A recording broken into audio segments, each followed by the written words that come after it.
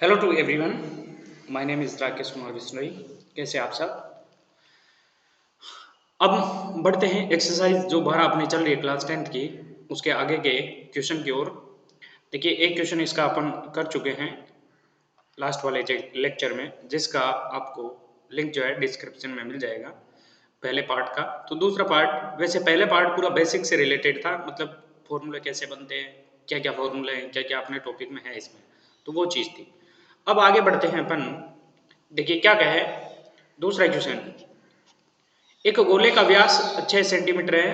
A diameter of sphere is 6 centimetre. गोले का आयतन होगा, तो find the volume of sphere. तो गोले का आयतन पूछा है, व्यास दे रखा है। तो हम जानते हैं गोले का जो व्यास होता है, गोले का व्यास यहाँ दिया हुआ है। वैसे ये जो है वस्तुनिष्ठ प्रश्न है, एमसीक्यू प्रश्न है, तो आप डायरेक्ट फॉर्मूला लगा के इसका सीधा जल्दी जितना हो सके उतना उत्तर निकालना है ना।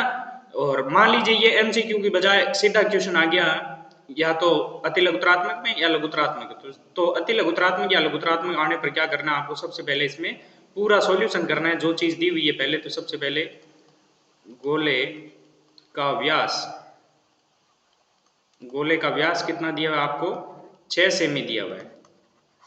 और व्यास दिया हुआ है तो रेडियस अपने देखेंगे, त्रिज्या देखेंगे। तो त्रिज्या जो होती है व्यास का आधी होती है। त्रिज्या r बराबर 6/2 यानी कितनी आएगी, 3 cm आएगी। अब पूछा है गोले का आयतन, तो गोले का आयतन, आयतन बराबर फॉर्मूला क्या होता है गोले का आयतन, 4/3 पाई आर क्यूब।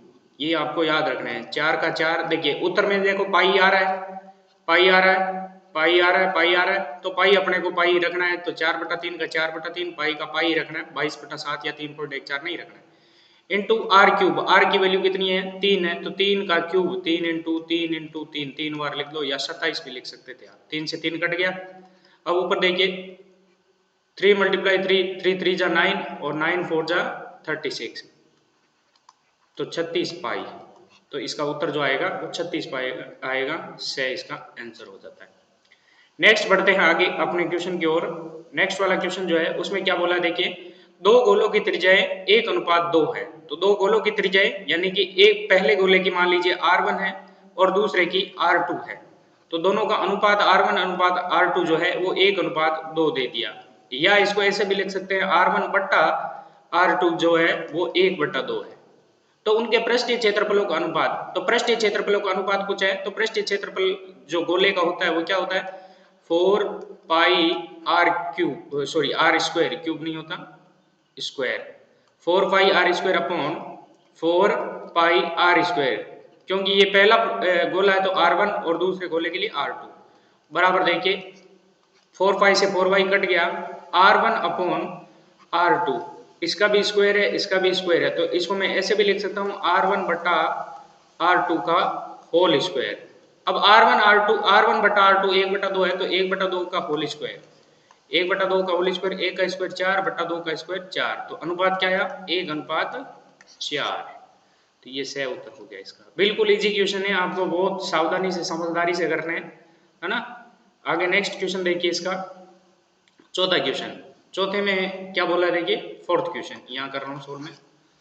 ये तीसरा था, ये दूसरा था, और ये आपका पहला था। अलग अलग मार्कर से, अलग अलग इंक से मैंने लिख दिए।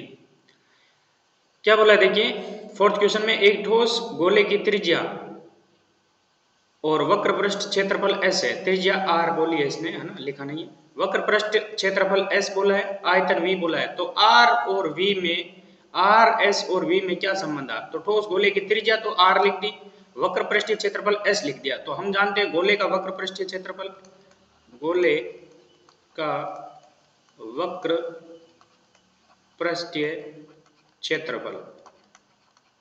अब गोले का जो वक्र पृष्ठ क्षेत्रफल है जिसको इसने S बोला है, तो S बराबर क्या होता है पृष्ठीय क्षेत्रफल, 4 पाई आर स्क्वायर, यही होता है। कैपिटल R है रेडियस, तो कैपिटल R लिखा है ना, तो यही होता है। अब वक्र पृष्ठ बोलो या पृष्ठीय क्षेत्रफल बोलो या संपूर्ण पृष्ठीय क्षेत्रफल, वो गोले में सेम होता है, अर्ध गोले में चेंज हो जाता है वक्र, और है ना। आयतन V है, तो V बराबर आयतन बराबर क्या होता है, आयतन वॉल्यूम। तो आयतन बराबर हम जानते हैं V होता है v बराबर क्या होता है 4/3 पाई आर क्यूब।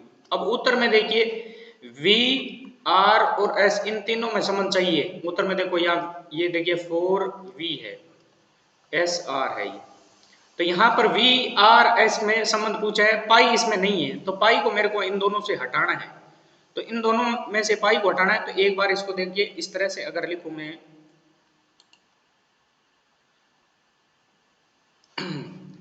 अगर इस 3 को इधर ले आऊं तो क्या बना 3v बराबर 4 पाई आर क्यूब। ये समीकरण नंबर 1 और ये मान लीजिए है 2 नंबर। 1 में 2 का अगर भाग दे दूं, अगर 1 में 2 का भाग दे दूं समीकरण 1 में 2 का, तो क्या बनेगा s बटा 3v बराबर जैसे भाग दूंगा 4 पाई आर स्क्वायर बटा 4 पाई आर क्यूब हो जाएगा। 4 पाई से 4 पाई कैंसिल हो जाएगा क्योंकि पाई अपने को हटाना था। आर स्क्वायर से आर क्यूब में क्यूब हट जाएगा, आर बच जाएगा, तो कुल मिला के क्या बचा s बटा 3v बराबर 1 बटा आर, क्रॉस मल्टीप्लाई कर दो 3v बराबर एस आर, 3v बराबर एस आर, तो इसका उत्तर नंबर हो गया ब। नेक्स्ट क्वेश्चन देखते हैं इसका 5वां क्वेश्चन। एक बेलन का आयतन 30 पाई सेमी क्यूब है, 30 पाई सेमी क्यूब है तथा आधार का क्षेत्रफल 6 पाई सेंटीमीटर है, तो बेलन की ऊंचाई क्या होगी। अब देखिए ये बेलन हो, बेलन की जगह ये ठोस आकृति भी दे सकता था कि एक ठोस आकृति का आयतन इतना है और आधार का क्षेत्रफल इतना है, तो उस ठोस आकृति की ऊंचाई कितनी होगी। तो ऊंचाई आधार का क्षेत्रफल और आयतन में सीधा संबंध होता है कि आयतन जो होता है कोई भी वस्तु का जब आयतन निकाला जाता है तो आयतन का फॉर्मूला होता है आधार का क्षेत्रफल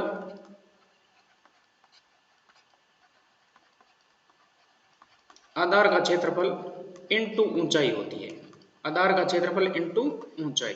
अब इसमें से जो वैल्यू दी है वो रख देते हैं।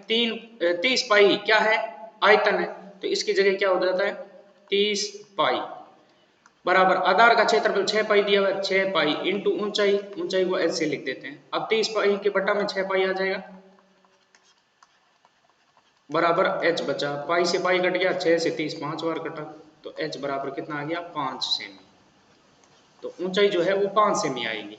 ठीक है, एक और तरीका है इसको करने का, क्या तरीका है, बेलन के आयतन का सूत्र लगा देंगे, उसके आधार का क्षेत्रफल मतलब वृत्त का क्षेत्रफल हो गया। बेलन का आधार कैसा होता है वृत्ताकार, वृत्त का क्षेत्रफल, तो वृत्त के क्षेत्रफल से रेडियस निकाल के और उससे भी ऊंचाई आप निकाल सकते थे, तो वो लंबा हो जाता, लेकिन ये फॉर्मूला डायरेक्ट आप यूज करो। नेक्स्ट क्वेश्चन नंबर 6 बात करते हैं 6 की। तो 6 में क्या बोला है देखिए, भुजा 7 सेंटीमीटर वाले एक घनाकार बॉक्स के ऊपर एक अर्धगोला रखा है, तो अर्धगोले का अधिकतम व्यास क्या होगा। तो एक घनाकार बॉक्स है, इस तरह से मान लीजिए,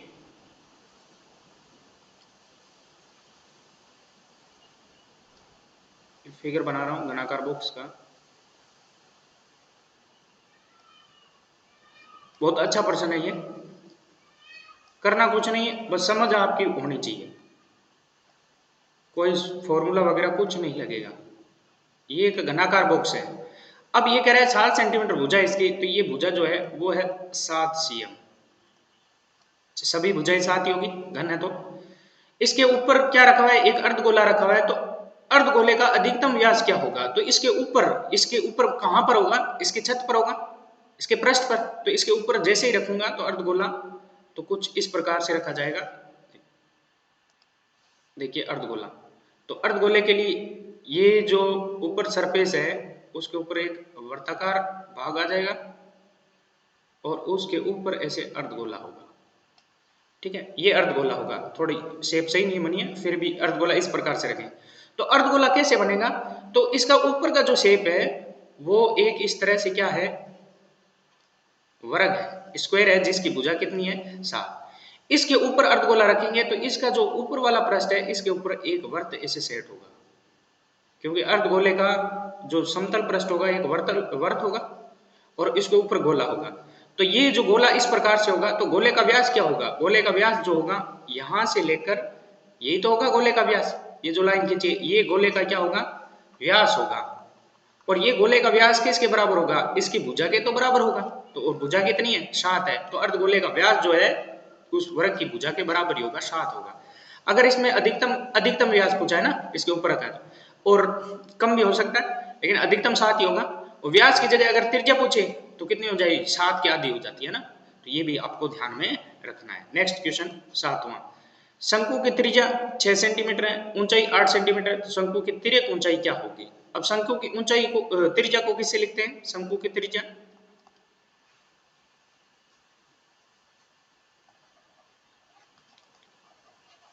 शंकु की त्रिज्या जिसको r से लिखते हैं, r बराबर है 6 सेमी, और ऊंचाई, ऊंचाई को सिर्फ ऊंचाई है तो h लिखेंगे, h बराबर है 8 सेमी। पूछा है शंकु की स्लैंट हाइट क्या होगी, l क्या होगी। तो हम जानते हैं, क्या जानते हैं कि l स्क्वायर जो होता है वो बराबर होता है r square plus h square के। तो अब वैल्यू पुट करनी है इसमें, l स्क्वायर बराबर r स्क्वायर, r कितना है 6 का स्क्वायर प्लस 8 का स्क्वायर, तो l स्क्वायर बराबर 6 का स्क्वायर 36, 8 का स्क्वायर 64, और 36 और 64 को अगर जोड़ेंगे तो कितना हो जाएगा 100, और l जब निकालेंगे तो 100 का क्या हो जाएगा रूट, और 100 का रूट कितना होता है 10 cm, तो ये ब उत्तर हो जाएगा। नेक्स्ट 8वां क्वेश्चन, किसी घन का आयतन 125 सेमी क्यूब है, तो घन का आयतन अब दे दिया 125 सेमी क्यूब है, ये हो गया 7वां। 8वां यहां करता हूं, घन का आयतन, तो यहां लिखेंगे घन का आयतन बराबर है 125 सेमी क्यूब, तो इसके फलक का क्षेत्रफल होगा। अब इसका फलक कैसा होता है, वर्ग, मतलब आपसे वर्ग का क्षेत्रफल पूछा है, वर्ग के क्षेत्रफल के लिए हमें भुजा चाहिए, तो भुजा चाहिए जिसके लिए आपको आयतन दे दिया, आयतन का सूत्र क्या होता है, भुजा क्यूब, भुजा क्यूब या ए क्यूब भी कर सकते हैं, बराबर 125, क्यूब हटाएंगे तो सामने क्या लगेगा क्यूब रूट, तो भुजा बराबर, या भुजा की जगह आप ए भी लिख सकते हैं 125 का क्यूब रूट, तो ये क्यूब रूट, और 1 से 25 का क्यूब रूट जो होते हैं वो कितना होता है 5 होता है, तो भुजा इसकी कितनी आ गई 5 cm, भुजा 5 cm आ गई। अब इसके फलक का क्षेत्रफल, तो एक फलक का, कितने फलक का एक, तो एक फलक का क्षेत्रफल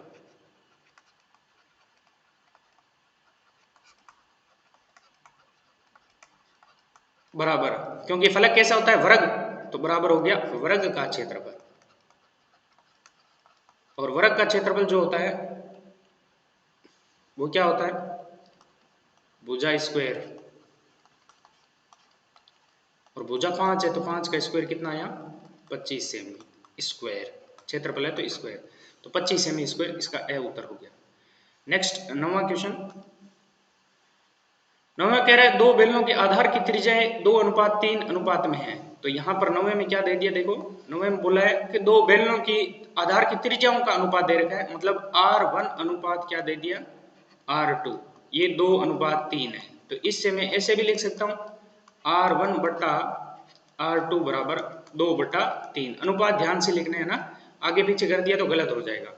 ऊंचाई में अनुपात 5:3 है, तो ऊंचाइयों में अनुपात मतलब H1 अनुपात H2 बराबर है 5:3, तो इसको भी मैं ऐसे लिख सकता हूँ H1 बटा H2 बराबर है 5/3, तो उसके आयतनों में अनुपात होगा, तो आयतनों में अनुपात, आयतन क्या होता है, क्या चीज दी हुई है बेलन, और बेलन का आयतन क्या होता है पाई आर स्क्वायर एच, तो पहला बेलन है तो पाई R1 स्क्वायर H1 बट्टा दूसरे बेलन का आयतन पाई R2 square H2।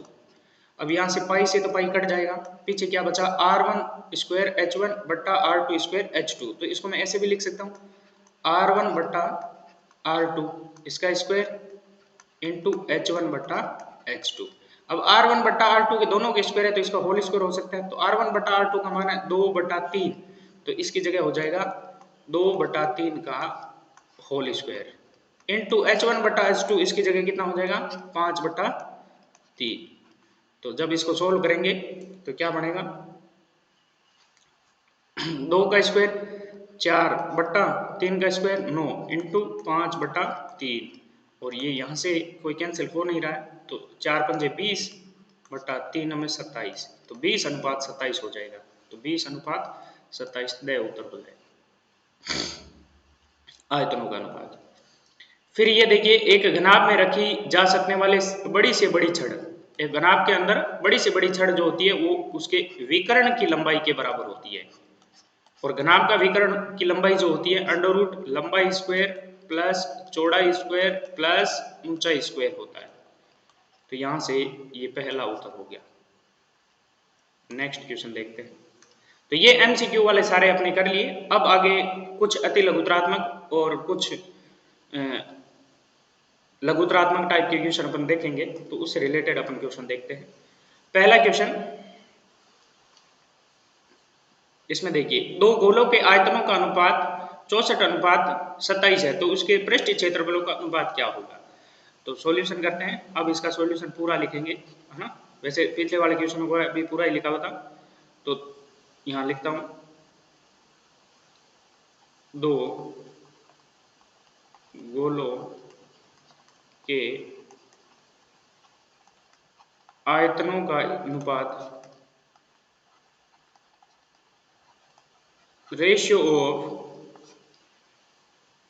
Volume of two sphere is equal to क्या है 64:27। तो अब इसको अपन मैथमेटिकली कैसे लिखेंगे, पहले गोले का आयतन बट्टा दूसरे गोले का आयतन, ऐसे लिखते हैं। मतलब अर्थात इसका मतलब क्या हुआ, या भी लिख सकते हो अर्थात भी लिख सकते हो। पहले गोले का आयतन होता है 4/3 पाई r1 का क्यूब बट्टा 4/3 पाई r2 का क्यूब बराबर ये है 64/27।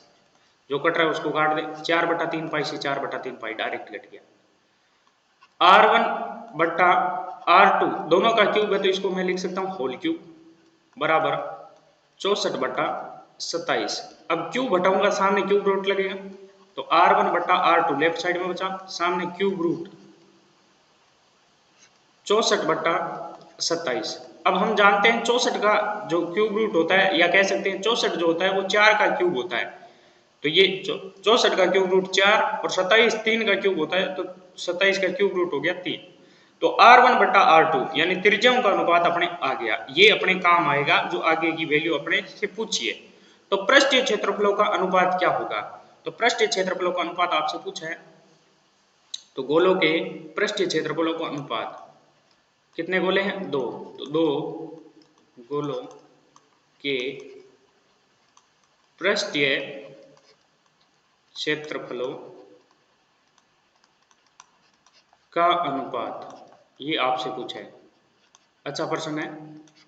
तो पृष्ठीय क्षेत्रफलों का अनुपात पूछा है, तो इसी के फॉर्मूले लगा दो। पृष्ठीय क्षेत्रफलों का अनुपात जो होता है गोले का पृष्ठीय क्षेत्रफल होता है 4 पाई r स्क्वायर, पहला है तो r1 स्क्वायर बट्टा 4 पाई r2 स्क्वायर बराबर 4 पाई से 4 पाई कट गया, पीछे बचा r1 बट्टा r2 का होल स्क्वायर। और क्योंकि r1 बट्टा r2 अपन निकाल चुके हैं, तो ये वैल्यू इसमें पुट करेंगे, तो 4/3 का होल स्क्वायर, और 4/3 का होल स्क्वायर 4 का स्क्वायर 16/3 का स्क्वायर 9। तो आयतनों का जो अनुपात आया, अतः गोलों के पृष्ठीय क्षेत्रफलों का अनुपात है, आयतन का नहीं है, पृष्ठीय क्षेत्रफलों का अनुपात क्या बना 16:9 बना। ये आंसर हो गया। इस प्रकार से आपको करना। अगला नेक्स्ट क्वेश्चन देखिए,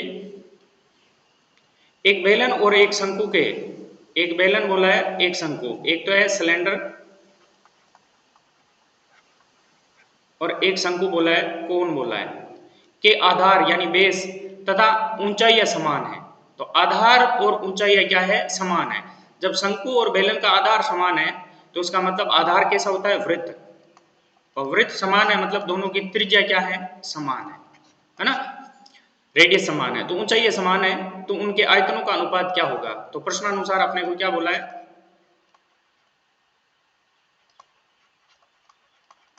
प्रश्नानुसार बेलन का आधार और शंकु का आधार बराबर है, तो बेलन की त्रिज्या, बेलन का आधार है बराबर है किसका आधार, शंकु का आधार, दोनों बराबर बोला है। अब बेलन का आधार और समान है, इसका मतलब बेलन की त्रिज्या जो है, त्रिज्या जिसको अपन R1 मान लेते हैं, ठीक है, बराबर है किसकी त्रिज्या, शंकु की त्रिज्या। जब आधार सेम है तो त्रिज्या समान होगी, जिसको अपन R2 बोल देते हैं, है ना। ये दोनों की क्या है, समान है।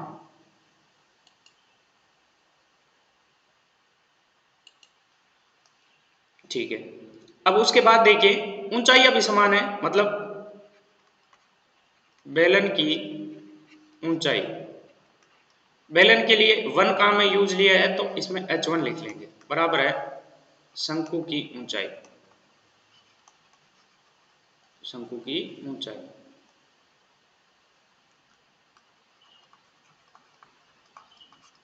h2 का हमें ले लेते हैं। अब हमें पता है आयतनों का अनुपात, तो आयतनों का अनुपात मतलब बेलन का आयतन बट्टा शंकु का आयतन, ये आपसे पूछा है। अब बेलन का आयतन क्या होता है, बेलन का आयतन होता है पाई आर स्क्वायर एच, तो R1 H1 बट्टा इसका होता है 1/3 पाई आर स्क्वायर एच, क्योंकि रेडियस R2 है, इसकी H2 है, तो पाई से पाई कट गया, 1/3 ऊपर जाएगा तो 3 ऊपर चला जाएगा, R1 स्क्वायर H1 बट्टा R2 स्क्वायर H2, क्योंकि इसने कहा है रेडियस R1 जो है R2 के बराबर है तो ये भी कैंसिल, H1 H2 के बराबर है तो ये भी कैंसिल, तो 3 बट्टा क्या बचा, कुछ नहीं, तो मतलब 1, तो उसमें जो उनके आयतनों का अनुपात है, बेलन का आयतन अनुपात शंकु का आयतन जो आया वो 3:1 आया। तो ये इस प्रकार से इसको सोल्व करना था। नेक्स्ट क्वेश्चन, अच्छा क्वेश्चन है ये भी। एक ठोस अर्धगोले की त्रिज्या 7 सेमी है, तो त्रिज्या ये अर्धगोला है तो ये इसका सेंटर है, तो यहां से यहां तक ये क्या होती है रेडियस, ये जो है आपको दिए 7 सेंटीमीटर। इसका संपूर्ण पृष्ठीय क्षेत्रफल क्या होगा। अब अर्धगोले का संपूर्ण पृष्ठीय क्षेत्रफल, अर्धगोले में ये तो कहलाता है वक्र पृष्ठ, और ये समतल पृष्ठ है, और समतल पृष्ठ प्लेन पृष्ठ है, तो प्लेन पृष्ठ में ये क्या होता है, वृत्त है। तो इसका तो वक्र पृष्ठ का क्षेत्रफल होता है 2 पाई आर स्क्वायर, और इसका होता है पाई आर स्क्वायर, तो संपूर्ण में 2 और 1 क्या हो जाएंगे, 3 पाई आर स्क्वायर। और वैसे भी डायरेक्ट आप फॉर्मूला याद रख सकते हैं कि इसका क्या होता है 3 पाई आर स्क्वायर, ये डायरेक्ट भी आपको याद रखना है, ठीक है। तो यहां पर जो दिया हुआ है वो लिख देते हैं, अर्धगोले की त्रिज्या, अर्धगोले की त्रिज्या बराबर है 7 cm, संपूर्ण पृष्ठीय क्षेत्रफल, तो अर्धगोले का फॉर्मूला याद है तो आप सब पॉसिबल है ना, तो अर्धगोले का संपूर्ण पृष्ठीय क्षेत्रफल ये आपसे पूछा है ना, तो फॉर्मूला लगाएंगे, बराबर क्या होता है अर्धगोले का संपूर्ण पृष्ठीय क्षेत्रफल बराबर फॉर्मूला क्या होता है 4 पाई आर स्क्वायर, सॉरी अर्धगोले का है तो 3 पाई आर स्क्वायर, ये तो गोले का होता है 4 pi r square, 3 pi r square, 3 का 3, पाई का मान 22/7 रखेंगे इंटू आर स्क्वायर, तो 7 इंटू 7, 7 से 7 कट जाएगा। अब इसकी गुणा कर देते हैं, 3 को 22 से गुणा करेंगे 66, और 66 को 7 से गुणा करेंगे तो 7 छिके 42, 42 7 छिके 42 और 4 46, तो 462 सेमी स्क्वायर इसका आंसर आएगा। नेक्स्ट क्वेश्चन, यदि घन का आयतन 64 सेमी क्यूब है तो घन की भुजा क्या होगी, तो यहां दिया हुआ क्या है, घन का आयतन बराबर दे दिया 64 सेमी क्यूब। अब घन की भुजा पूछी है तो घन के आयतन का सूत्र क्या होता है, भुजा का क्यूब होता है, तो भुजा क्यूब बराबर आपको दे दिया 64, क्यूब हटाएंगे सामने क्या लगेगा क्यूब रूट, तो भुजा बराबर क्यूब रूट ऑफ 64, 64 किसका क्यूब रूट होता है 4 का, तो भुजा बराबर कितनी आ गई 4 cm, क्योंकि 4 का क्यूब 64 होता है तो 64 का क्यूब रूट वापस 4 हो जाता है, 4 सेमी होगी। नेक्स्ट, हाँ अब ये वाला क्वेश्चन अच्छे क्वेश्चन है ना, ये जो लघुत्तरात्मक क्वेश्चन है जो 2 नंबर का है उसमें ये बनने के चांस पूरे हैं। 2 घनों जिनमें से प्रत्येक का आयतन 64 सेमी क्यूब है, के संलग्न फलकों को मिलाकर एक ठोस घन बनाया जाता है तो इससे प्राप्त घनाभ का पृष्ठ क्षेत्रफल क्या होगा। पहला घन ये था और दूसरा घन ये है, इसका भी आयतन 64 क्यूब है, सेमी क्यूब है, इसका भी आयतन 64 सेमी क्यूब है, सेम ही है दोनों, है ना। तो इन दोनों को मिला दिया, जोड़ दिया, आपस में कनेक्ट कर दिया, फलकों को आपस में जोड़ दिया, इस फलक के साथ इस फलक को जोड़ दिया, जोड़ने पर ये आकृति बनी। अब ये आकृति कैसी बनी है, घनाभ की, और इस घनाभ का क्या निकालना है, पृष्ठ क्षेत्रफल। अब घनाभ का पृष्ठ क्षेत्रफल के लिए लंबाई, चौड़ाई और ऊंचाई काम आती है। अब लंबाई की बात करें तो इसकी लंबाई जो है यहां से लेकर यहां तक हो गई, पहले जितनी थी उसकी डबल हो गई, जबकि इसकी जो चौड़ाई है, चौड़ाई तो ये यहां से लेकर यहां बी रहेगी और ऊंचाई जो है ये हो गई, है ना। तो यहां पर लंबाई में परिवर्तन हुआ है, चौड़ाई और ऊंचाई में कोई परिवर्तन नहीं हुआ। तो इसका मतलब इस घन की जो ये जो माप है यहां से यहां तक, ये भुजा जो है ए, ये घन की जो भुजा है वही चौड़ाई का काम करेगी घनाभ में, और ये जो इसकी ऊंचाई है भुजा ए ही बोलेंगे इसको भी क्योंकि घन है, तो ये भी घनाभ की क्या काम करेगी, ऊंचाई। लेकिन फर्क किसमें हुआ, लंबाई। लंबाई जो है ये जो घन की भुजा ए थी और इस घन की भुजा भी ए थी, तो दोनों मिलकर लंबाई जुड़ रही है, 2a हो जाएगी। तो ये कितनी हो जाएगी, 2a। तो हमें पहले घन की भुजा चाहिए जिसके लिए आपको घन का आयतन दिया हुआ है। तो सबसे पहले आपको जो दिया हुआ है उससे घन का आयतन जो दिया हुआ है वहां से घन की भुजा निकालें। घन का आयतन बराबर 64 सेमी क्यूब। अब घन का आयतन होता है a क्यूब, बराबर हो गया 64, तो a बराबर 64 का क्यूब रूट। अभी लास्ट वाला क्वेश्चन देखा था घन की भुजा निकालने वाला, a बराबर क्या आ गया, 4 सेमी। अब a 4 आ गया तो ये 4 है, तो ये लंबाई कितनी होगी, 4 + 4 कितनी हो जाएगी, 8, है ना। और बाकी ये चौड़ाई 4 रहेगी और ऊंचाई भी कितनी रहेगी, 4 cm, यही रहेगी। तो यहां पर देखिए, अब दो घनों से मिलकर बने घनाभ की लंबाई, जिसको L से लिखते हैं, L बराबर लंबाई कितनी हो जाएगी, 4 + 4 कितनी होगी, 8 cm। इसी प्रकार चौड़ाई भी जो है वो a के बराबर होगी, यानी भुजा के बराबर ही रहेगी, 4 ही रहेगी, और ऊंचाई जो है वो h के बराबर ही रहेगी, यानी जो a के बराबर है ऊंचाई 4 ही रहेगी। अब इसका पृष्ठीय क्षेत्रफल पूछा है। अब देखिए एक चीज और ध्यान रखना, जब दो आकृतियों को या दो चीजों को मिलाकर क्या बनाया जाए, एक नई आकृति बनाई जाए, तो आयतन जो होता है, आयतन जो होता है दोनों के योग के बराबर नहीं वाले का होगा। मतलब इन दोनों का आयतन अगर जोड़ दूं, 64 और 64 जोड़ दूं, तो 128 जो प्राप्त होगा वो इसके आयतन के बराबर ही होगा। लेकिन अपने को आयतन नहीं, पृष्ठ क्षेत्रफल ज्ञात करना है, तो पृष्ठ क्षेत्रफल में ध्यान रखना है आपको, है ना। तो पृष्ठ क्षेत्रफल जोड़ के बराबर नहीं होता है, ये ध्यान रखना विशेष तौर पर। तो घनाभ का पृष्ठ क्षेत्रफल पूछा आपसे, तो फॉर्मूला याद होना चाहिए, घनाभ का पृष्ठीय क्षेत्रफल बराबर घनाभ का पृष्ठीय क्षेत्रफल 2 ब्रैकेट लंबाई इंटू चौड़ाई प्लस चौड़ाई इंटू ऊंचाई प्लस ऊंचाई इंटू लंबाई, यही होता है LBBHHL, है ना। 2 इंटू लंबाई कितनी है, 8, इंटू चौड़ाई 4 प्लस चौड़ाई 4 इंटू ऊंचाई भी 4 प्लस ऊंचाई 4 इंटू लंबाई 8, 2 का 2 इंटू 8 चौक 32 प्लस 4 चौक 16 प्लस 4 8 32, 2 इंटू 32 32 64 64 में 16 जोड़े 64 और 6 70 80, और 80 को 2 से गुणा करेंगे 160 सेमी स्क्वायर इसका आंसर आ जाएगा। नेक्स्ट क्वेश्चन की ओर बढ़ते हैं। अपना नेक्स्ट पर्सन लेंगे, उससे पहले लाइट चली गई है तो इस चीज को मैं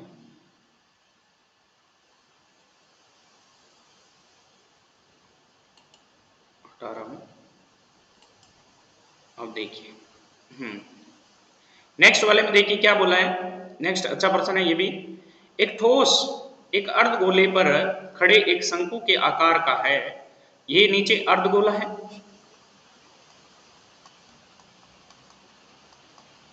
और इसके ऊपर ये क्या है, एक शंकु है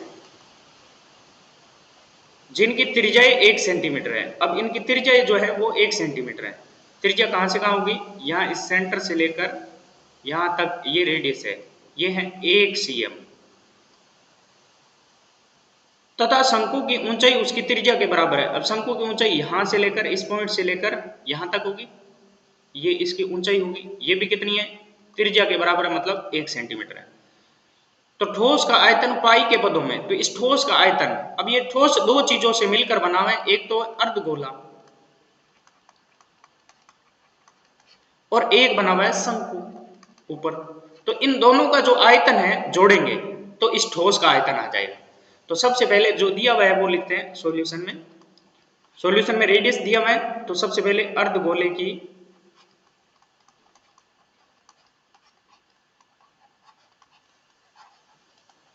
त्रिज्या ये आपको दे रखी है r, मान लेता हूं r1 है ना, दो चीजें तो r1 बराबर है 1 सेंटीमीटर। ठीक है, फिर क्या है, अर्धगोला तो हो ही गया, फिर है शंकु।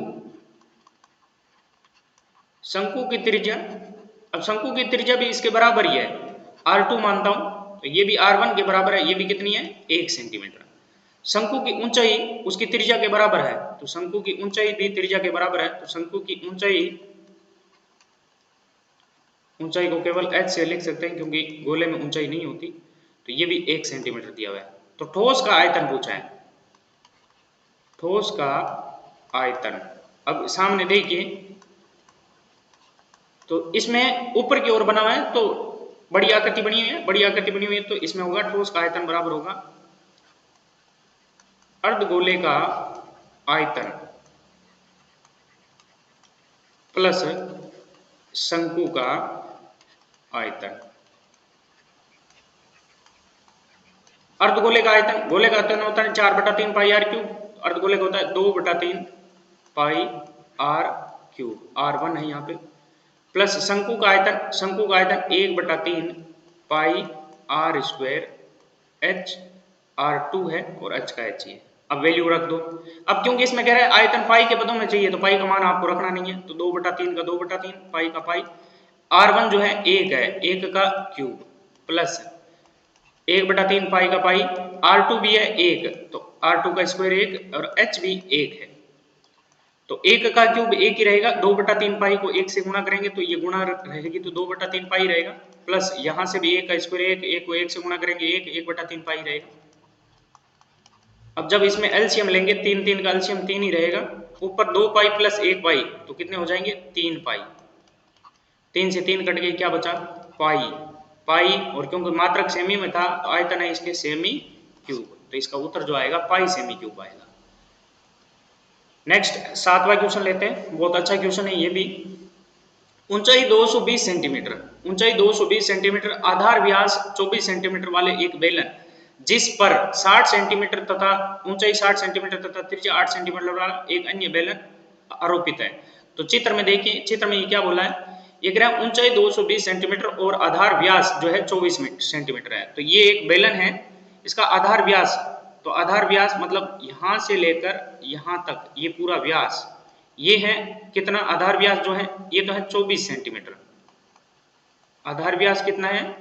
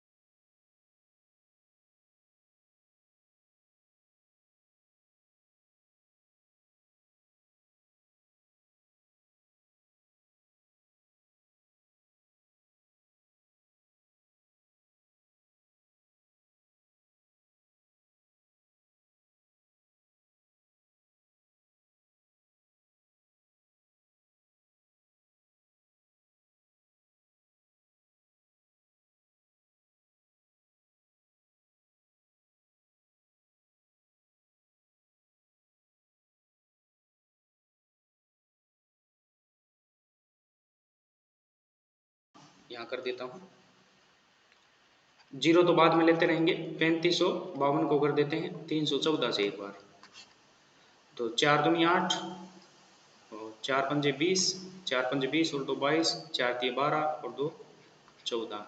1 से करेंगे तो 5 का 5, 5 का 5, सॉरी 2 है पहले, फिर 5 का 5, 3 का 3, फिर 3 से करेंगे 3 दूनी 6, 3 पंजे 15, 3 पंजे 15 और 1 16, 3 3 9 और 1 10, जोड़ दो 8 2 6 5 11 2 13, 5 5 10 4 14 1 हासिल 15, 6 3 9 और 1 10 और 1 हासिल 11, 0 और 1 हासिल 1 1, तो कुल मिला के ये आएगा 111 53 28 और पीछे एक शून्य तो एक शून्य। अब इसमें 2 अंकों के बाद शून्य था तो ये यहाँ लग जाएगा, तो कुल मिला के कितना आया ये 80, और सेमी में था तो ये सेमी क्यूब आयतन है, ये इतना आयतन आ गया। अब आगे क्या पूछा है, इस स्तंभ का द्रव्यमान ज्ञात कीजिए जबकि 1 सेमी क्यूब लोहे का द्रव्यमान लगभग 8 ग्राम है। तो ये दिया हुआ है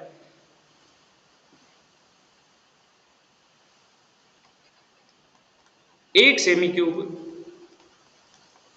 लोहे के स्तंभ का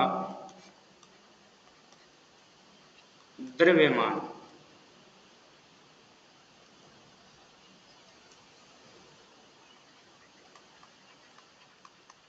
ये है 8 ग्राम, तो इतने सेमी क्यूब का क्या होगा, अतः 111,532.80 सेमी क्यूब लोहे के स्तंभ का द्रव्यमान बराबर 1 का 8 है तो इतने का इसको 8 से गुणा कर देंगे, मतलब 111,532.80 इंटू 8। अब 8 से इसको गुणा कर देते हैं, तो गुणा करते हैं, देखिए 8 को शून्य से गुणा की, शून्य 8 8 64, दशमलव का दशमलव, 64 की 6 हासिल, 8 दूनी 16, 16 और 6 22, 2 हासिल, 8 3 24, 24 और 2 26, फिर 2 हासिल, 8 5 40, 40 और 2 42, 4 हासिल, 8 एकम 8 4 12, 1 हासिल, 8 एकम 8 और 1 हासिल 9, 8 एकम 8, इतने ग्राम होगा। और अगर इसको किलोग्राम में बदलना है तो 1000 का भाग लगा दो, 1000 का भाग लगा दो, ये किलोग्राम में हो जाएगा। और 1000 का भाग लगाएंगे तो दशमलव जो है 3 पॉइंट जो है 3 अंक जो है लेफ्ट साइड में खिसक जाएगा, तो 892.2624 kg, या इसको ये भी लिख सकते हैं 892.26, लगभग इतने kg का आपके वो लोहे का स्तंभ होगा। देखिए कैलकुलेशन में थोड़ी बहुत कहीं भी मिस्टेक हो सकती है क्योंकि जल्दबाजी में की है, तरीका यही रहेगा, तो आप सावधानी से कैलकुलेशन भी एक बार चेक कर लेना कि इसका आंसर क्या है, ठीक है। आगे नेक्स्ट, ये भी अच्छा क्वेश्चन है। क्या बोला है, कोई तंबू एक बेलन के आकार का है जिस पर एक शंकु अध्यारोपित है। ये एक नीचे बेलन थी यहां से लेकर यहां तक, है ना, इसके ऊपर क्या कर दिया, एक शंकु अध्यारोपित है, ये शंकु। यदि बेलनाकार भाग की ऊंचाई और व्यास 2.1 मीटर तथा 4 मीटर है, तो ये कह रहा है ऊंचाई जो है वो तो है 2.1 मीटर, ये जो है बेलनाकार भाग की मीटर में है ना, ध्यान रखना सेंटीमीटर नहीं है, और इसका व्यास जो है पूरा ये नीचे वाला पूरा मान ये 4 मीटर है। शंकु की तिर्यक ऊंचाई 2.8 है, तो ये शंकु की तिर्यक ऊंचाई ये यहां से लेकर ये जो है वो है 2.8 मीटर ये। तो इस तंबू को बनाने में प्रयुक्त कैनवास का क्षेत्रफल ज्ञात कीजिए तथा साथ ही 500 रुपए प्रति मीटर स्क्वायर की दर से इसमें प्रयुक्त कैनवास की लागत भी ज्ञात कीजिए। ध्यान दीजिए कि तंबू के आधार को कैनवास से ढका हुआ नहीं है। अब इस तंबू जो है उसको कैनवास से ढका हुआ है, तो कैनवास का आधार जो है, ये जो है आधार, इसको ढका हुआ नहीं है, बस ये ढका हुआ है, ये पृष्ठ ढका हुआ है। ये कैसा पृष्ठ है? वक्र पृष्ठ। किसका? बेलन का। और क्योंकि ये वाला भाग जो है ऊपर वाले भाग से ढक जाएगा, तो यहां भी नहीं है, तो कहां होगा? यहां पर होगा कैनवास। तो ये कैसा पृष्ठ है? वक्र पृष्ठ। तो इसका मतलब इस तंबू का जो क्षेत्रफल होगा वो बराबर होगा बेलन के वक्र पृष्ठ का क्षेत्रफल प्लस किसका वक्र पृष्ठीय क्षेत्रफल? इसका, शंकु का। ये शंकु का आधार का ये काम में नहीं आएगा, क्योंकि ये तंबू नीचे से यहां से खोखला होगा, तो ये नीचे यहां कैनवास लगेगा नहीं। तो हमें इसका वक्र पृष्ठीय क्षेत्रफल पूरे का देखना है, और वक्र पृष्ठीय क्षेत्रफल से ही अपने इस तंबू का क्या निकल जाएगा? क्षेत्रफल निकल जाएगा। तो सॉल्यूशन में अपने दिया हुआ क्या है, पहले तो वो लिखो। तो सॉल्यूशन में आप देखो क्या क्या दे रखा है।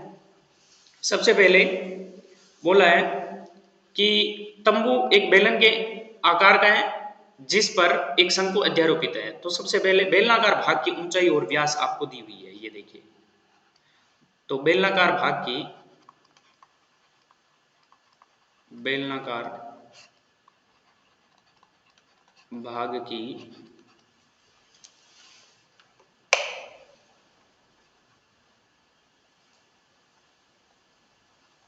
ऊंचाई,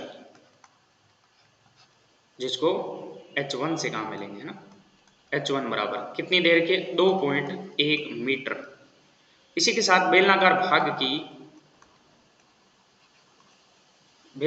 का व्यास दिया हुआ है, तो मैं त्रिज्या ही लिख रहा हूं डायरेक्ट, है ना, कि त्रिज्या, जिसको अपन r1 से लिखेंगे। आपको व्यास दिया हुआ है 4 मीटर, तो 2 का भाग दे देता हूं, तो ये 2 मीटर, ठीक है। फिर कहे शंकु की तिर्यक ऊंचाई 2.8 है, तो यहां इसी प्रकार शंकु की तिर्यक ऊंचाई को L से लिखते हैं। L बराबर ये दे रखिए 2.8 मीटर। अब इसके ऊपर ये रखा हुआ है, तो अब बताइए कि ये जो वृत्त है वो बेलन का भी वृत्त काम आ रहा है और शंकु का वृत्त काम आ रहा है। इसका मतलब शंकु की त्रिज्या किसके बराबर होगी? बेलन की त्रिज्या के बराबर होगी। तो शंकु की त्रिज्या, जिसको R2 नाम दे देते हैं, ये किसके बराबर होगी? बराबर होगी बेलन की त्रिज्या, बराबर होगी, जिसका मान कितना है? R2 बराबर 2 मीटर। ये ध्यान रखना। तो इस तंबू को बनाने में प्रयुक्त कैनवास का क्षेत्रफल, तो तंबू को बनाने में प्रयुक्त कैनवास का क्षेत्रफल,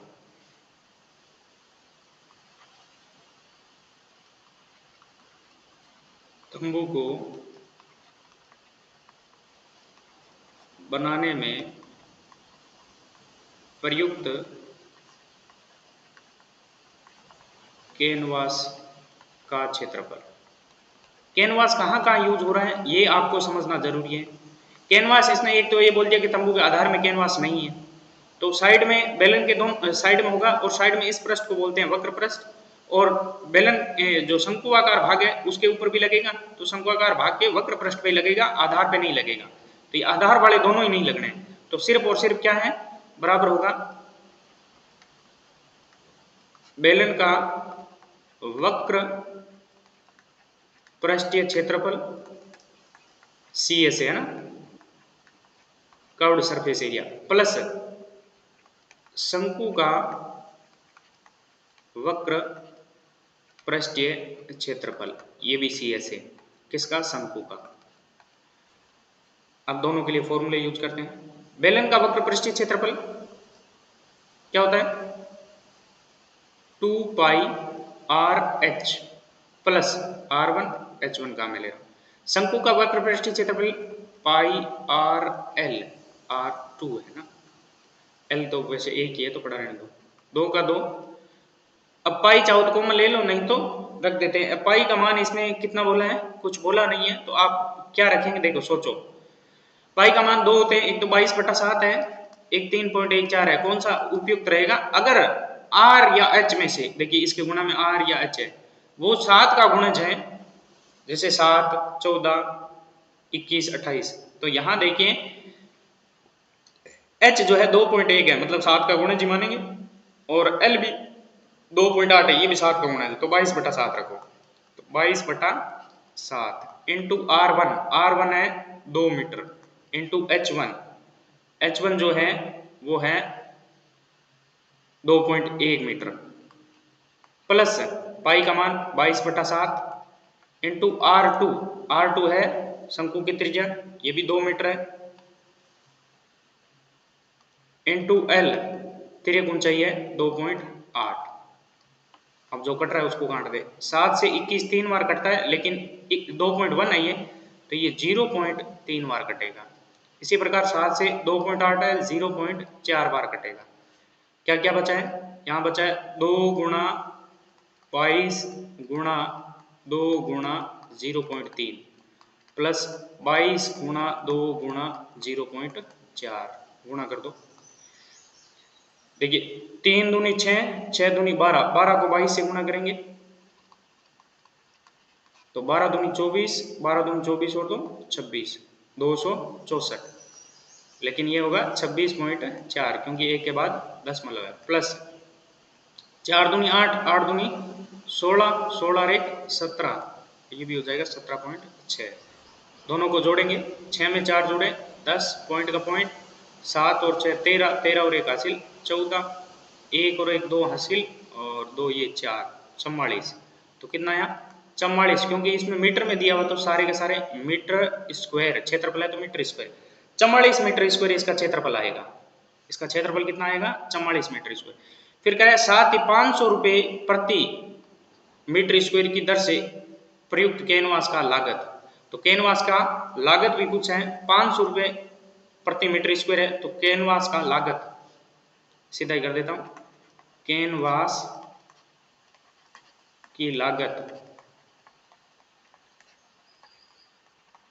यह है 500 रुपये प्रति मीटर स्क्वायर, मतलब 1 मीटर स्क्वायर की लागत 500 रुपये है। तो कुल लागत कैनवास की या तंबू बनाने में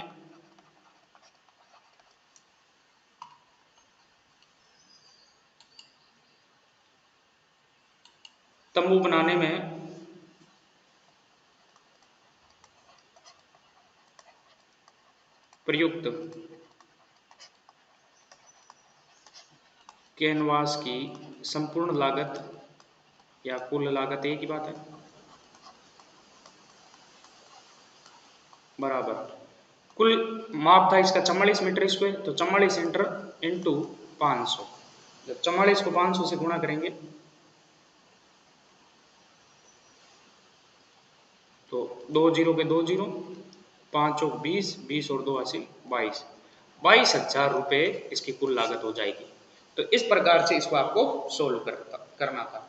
उम्मीद करता हूं कि आपको अच्छे से समझ में आया है। इससे रिलेटेड आप अगर कोई क्वेश्चन आप क्वेरीज पूछना चाहते हैं तो आप इस नंबर पे आप कांटेक्ट कर सकते हैं 8696546262।